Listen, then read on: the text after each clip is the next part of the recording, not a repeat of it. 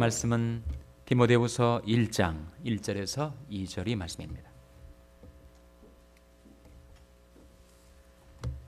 신약성경 343면 디모데후서 1장 1절에서 2절이 말씀을 찾아서 다 함께 봉독하시겠습니다. 디모데후서 1장 1절 2절 말씀을 다 같이 봉독하시겠습니다. 시작.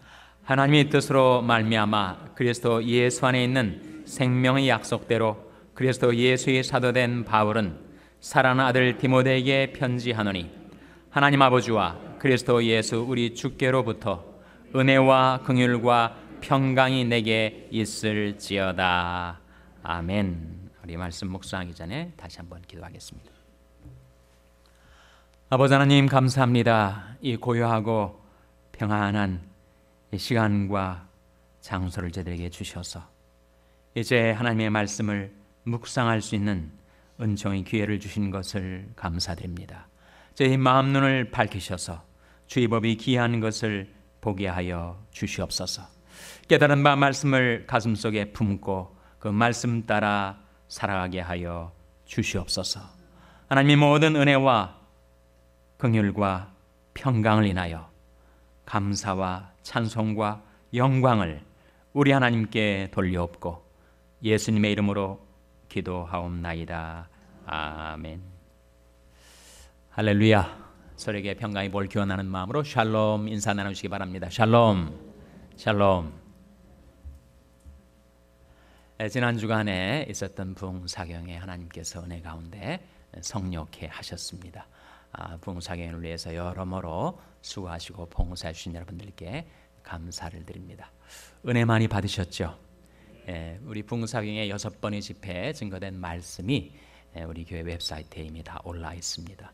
자주 교회 웹사이트를 방문하신 분들은 이미 아시겠지만 6번 집회의 말씀이 신속하게 다 교회 웹사이트에 나와 있으니까 언제든지 들어가셔서 그 말씀을 다시 접하시고 또 들으시고 은혜 받으시기를 바랍니다. CD 제작을 할 텐데 좀 시간이 걸릴 것 같아요. 웹사이트에 올리는 것보다 CD 제작이 좀 더 시간이 걸립니다.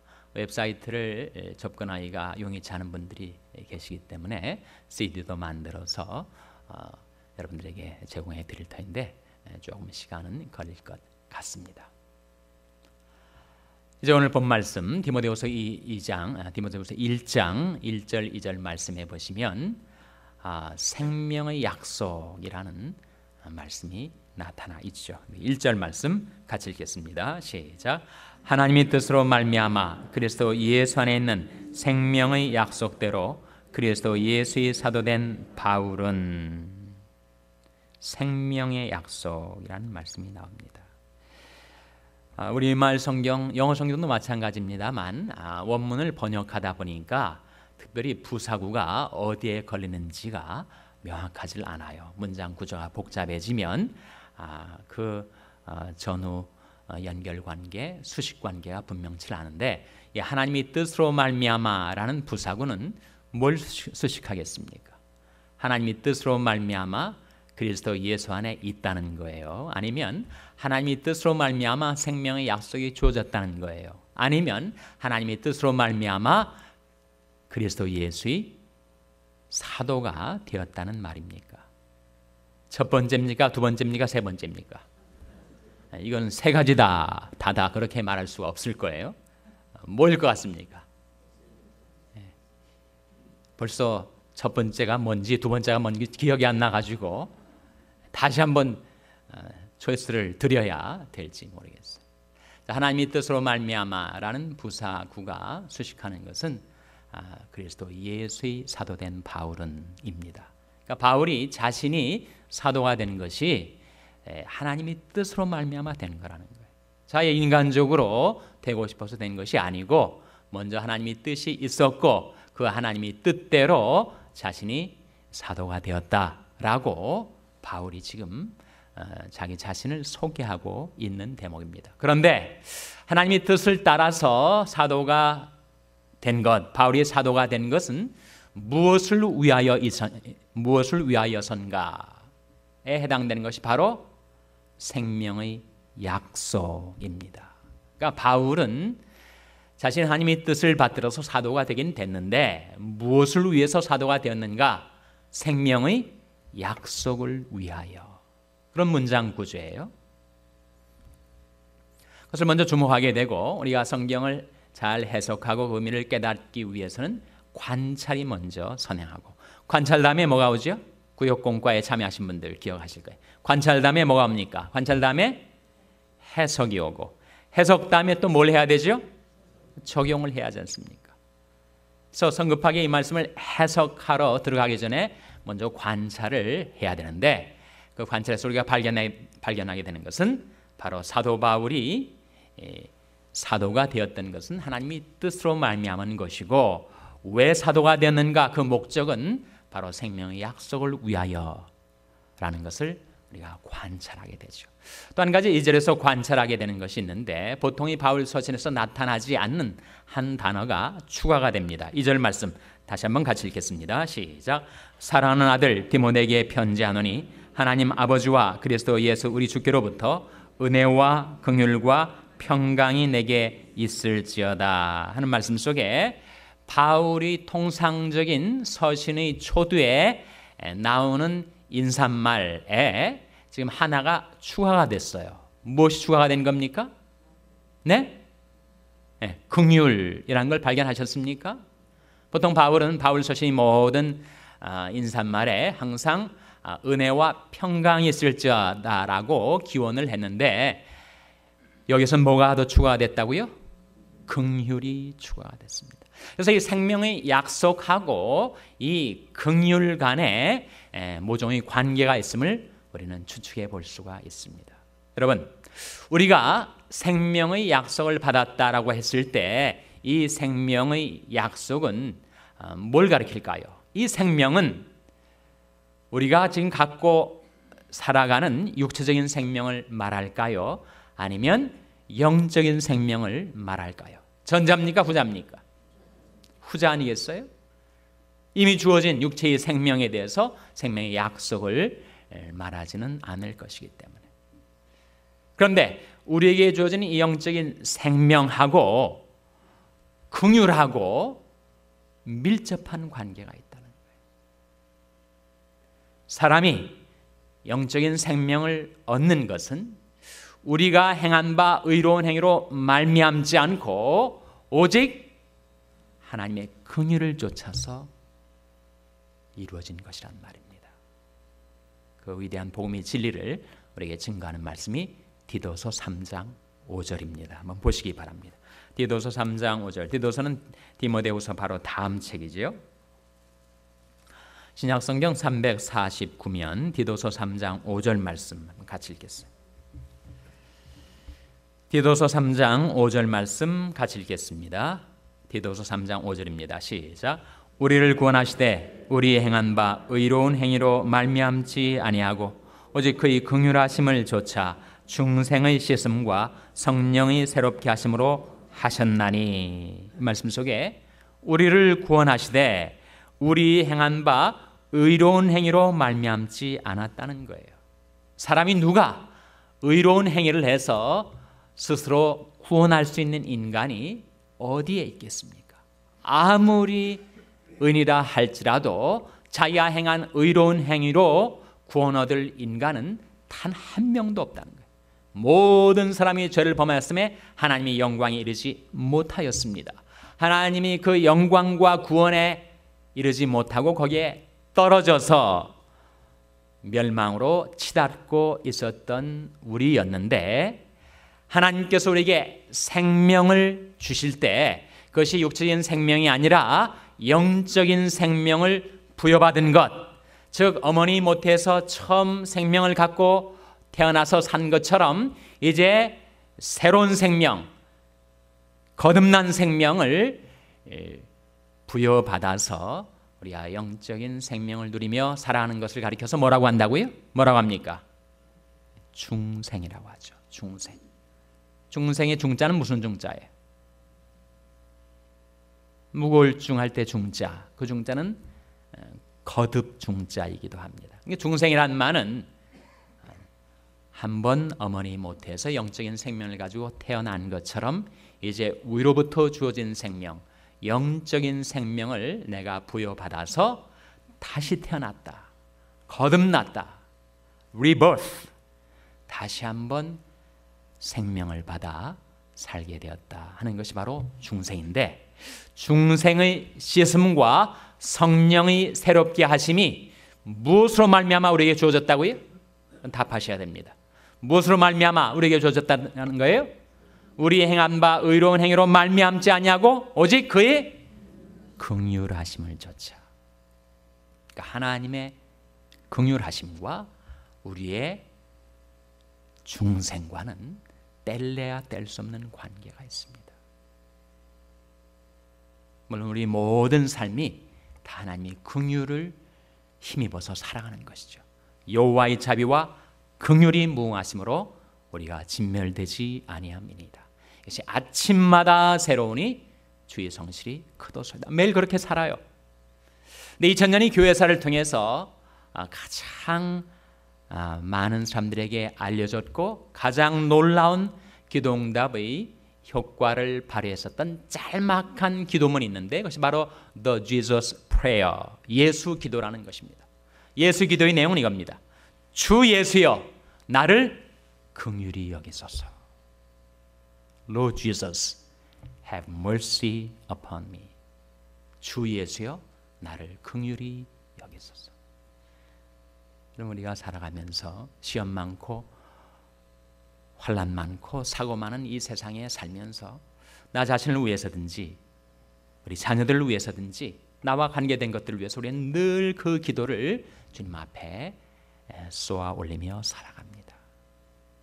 주 예수여, 나를 긍휼히 여기소서. 주 예수여, 내 아들을 긍휼히 여기소서. 주 예수여, 내 딸을 긍휼히 여기소서. 주 예수여, 우리 교회를 긍휼히 여기소서. 항상 그 기도를 하고 살아갈 수밖에 없는 존재입니다. 그래서 우리를 구원하시는 것도, 영적인 생명을 주시는 것도 우리 행한 바 의로운 행위로 말미암지 않고 오직 그의 긍휼하심을 조차 우리에게 주어진 것이란 말입니다. 여기서 한 가지 제가 질문을 드릴 텐데 여러분 잘 듣고 한번 대답을 해보십시오. 이 생명의 약속을 우리가 지금 묵상하고 있는데, 이 생명은 분명히 육체적인 생명이 아니라 영적인 생명이고, 이 영적인 생명은 또한 영원한 생명인데, 그 생명을 우리가 받은 겁니까? 아니면 장차 받을 것입니까? 전자입니까? 후자입니까? 또 둘 다라고 대답하지 마시고, 자, 이 영적인 생명의 약속이 우리에게 주어졌는데 그 생명을 우리가 이 세상에 살고 있는 날 동안 받은 것입니까? 아니면 장차 받게 될 것입니까? 전자입니까? 후자입니까? 예, 전자, 후자라는 대답이 동시에 나오고 있습니다. 그것을 신학적으로는 already but not yet으로 설명을 합니다. already, 벌써, 그러나 아직은 아닌. 그 긴장 관계가 있어요. 그 영적인 생명을 already, 벌써 우리에게 주셨다는 거예요. 그런데 but not yet, 그러나 아직은 아닌. 아직이 아니라면 언제 그 생명이 완전하게 우리에게 주어진다는 겁니까? 우리가 죽어 천국 갈 때, 주님이 오셔서 우리를 영원한 천국으로 인도하실 때, 그때 그 생명이 완벽하게 가시적으로 완전하게 우리에게 주어지겠지만 그 생명의 씨앗은 이미 우리 안에 심겨졌다는 거예요. 예수님께서 뭐라고 말씀하셨습니까? 내가 진실로 진실로 너에게 이르노니 내 말을 듣고 또 나 보내신 이를 믿는 자는 영생을 어떻게 했습니까? 영생을 얻었고 심판에 이르지 아니하나니 사망에서 생명으로 옮겼느니라. 장차 옮기게 될 것이 아니란 말입니다. 영생을 장차 받게 될 것이라고 말씀하지 않으셨어요. 영생을 얻었고 심판에 이르지 아니하나니 사망에서 생명으로 옮겼느니라. 성경 영생과 관련해서 항상 이미 우리에게 주어졌음을, 우리가 이미 그것을 가졌음을 증거하고 있습니다. 성경에 많은 말씀이 있지만 한 말씀만 더 찾아보시면 요한복음 6장 47절 한번 보시기 바랍니다. 요한복음 6장 47절, 요한복음 6장 47절은 신약성경 154면 요한복음 6장 47절 말씀 찾아서 같이 읽겠습니다. 요한복음 6장 47절입니다. 시작. 진실로 진실로 너에게 이르노니 믿는 자는 영생을 가졌나니. 믿는 자는 영생을 가졌다고, 이미 소유하고 있다고 예수님은 말씀하시고 있습니다. 그래서 그 영생을 가졌기 때문에 우리가 죽을 때 우리가 멸망으로 떨어지지 않고 영원한 천국으로 옮겨지게 된다는 거예요. 예수를 너희가 보지 못하였으나 사랑하는도다. 이제도 보지 못하나 믿고 말할 수 없는 영광스러운 즐거움으로 기뻐하니 믿음의 결국 곧 영혼의 구원을 받음이라. 믿음의 결국 곧 영혼의 구원을 받음이라. 이미 받았다는 거예요. 네, 그것은 우리 어떠한 의로운 행위 때문이 아니라 바로 하나님이 나를 불쌍히 여기셨기 때문에, 주 예수님이 나를 긍휼히 여기셨기 때문에 내게 주어진 것이다 하는 거죠. 사도 바울은 바로 그 생명의 약속을 위해서 하나님이 긍휼을 힘입어 복음을 전파하는 삶을 살았는데, 여러분 그 생명을 내가 과연 받은 것인가, 아직 못 받은 것인가, 그것을 시험하라는 거예요. 고린도서 13장 5절 말씀에 너희가 믿음에 있는가 너희 자신을 시험하고 너희 자신을 확증하라. 예수 그리스도께서 너희 안에 계신 줄을 너희가 스스로 알지 못하느냐? 그렇다면 너희가 버리운 자니라. 성경은 우리에게 내가 믿음에 있는가 아닌가, 내가 영생을 얻었는가 그렇지 않은가를 시험하고 확증하라고 말씀하세요. 과연 인간이, 죄는 인간이 어떻게 영생을 얻게 되는가, 그것을 깨닫는 것이 바로 구원 얻는 도리인데, 바로 구원이 도인데, 그것을 명확하게 명쾌하게 우리에게 구원 얻는 길을 보여주는 말씀이 요한일서 5장 11절 12절에 나타나 있습니다. 말씀 한번 찾아보겠습니다. 요한일서 5장 11절 12절 말씀, 신약성경 393면 요한일서 5장 11절 12절 말씀 찾아서 같이 읽겠습니다. 요한일서 5장 11절 12절 말씀입니다. 시작. 또 증거는 이것이니 하나님이 우리에게 영생을 주신 것과 이 생명이 그의 아들 안에 있는 그것이니라. 아들이 있는 자에게는 생명이 있고 하나님의 아들이 없는 자에게는 생명이 없느니라. 제가 그런 예를 들어봤습니다만 다시 한번 보십시오. 여기에 제가 성경책과 볼펜을 들고 있지 않습니까? 이 성경책이 예수 그리스도, 그리고 볼펜이 영생입니다. 하나님이 우리에게 영생을 주셨다는 거예요.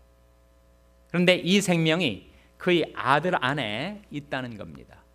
그래서 그 아들이 있으면 그 아들 안에 있는 생명도 소유하게 되는 것이고, 그 아들이 없으면 그 아들 안에다만 하나님의 생명을 넣어 놓으셨는데 그 아들이 없으니 그 생명도 소유하지 못하고 만다는 거예요. 이 성경책이 예수 그리스도, 볼펜이 영생이라면 이 말씀이 우리에게 다시금 일깨워주는 것은, 또 증거는 이것이 하나님이 우리에게 영생을 주신 것과 이 생명이 그의 아들 안에 있는 것이니라. 아들이 있는 자에게는 그 생명이 있고 아들이 없는 자에게는 그 생명이 없다.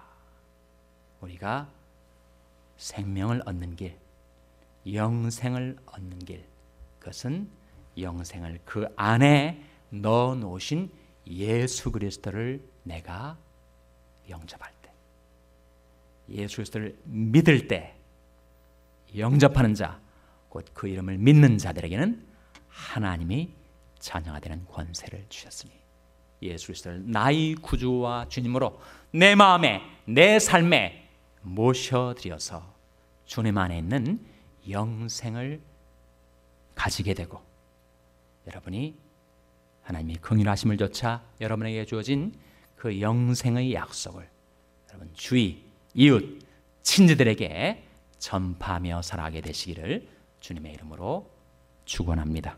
기도하시겠습니다. 오늘 말씀을 기억하며 하나님, 저희들이 오직 하나님의 긍휼, 주 예수님의 긍휼을